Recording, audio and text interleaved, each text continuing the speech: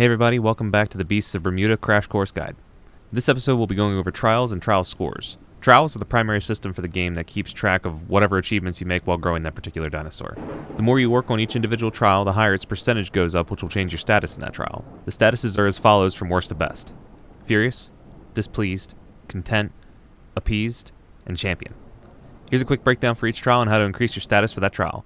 Note that aquatics will have fewer trials as they don't need to drink water.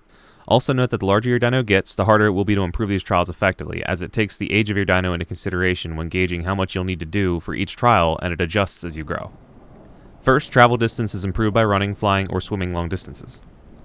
Second, water sources visited is improved by visiting the various unique water sources around the map.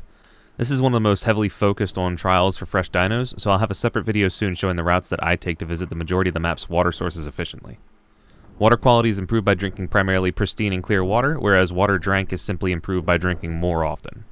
Food satiation is a hard one for most carnivores. Where herbivores gain satiation from plants and piscivores from fish, carnivores require player gore for satiation unless they have points in scavenger and can gain satiation from spawn gores.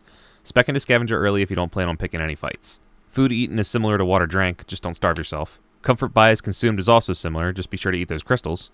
Total offspring will be a tough get if you don't have a partner to make several children with. The children will have to reach 0.7 growth in order to count towards this trial, so have some patience if you really want to hit champion on this one. Storm time weathered is going to require you to be present for a natural storm. Typically, as long as it's either a heavy rainfall or a natural growth storm, you'll gain time on this trial. Age is champion after you hit 1.2. This is why so many people recommend getting to 1.2 before reincarnating, but more on that later. Friendship is a tough one. Most people who play the game casually don't make it to S grade with somebody unless they have lived for a long time and have a best friend who plays the same dino as them. It's a grind. The timescale is iffy, but the rumor is 24 hours to get to A grade and then 24 more hours to go from A to S grade. I'm not sure how valid that statement is, but keep playing with the same group consistently and you'll be S grade before you know it. Hunt points are acquired through killing other players. This is another one that not many people focus on early since you typically can't hold your own in a fight very well until you have enough points and different skills to make a difference.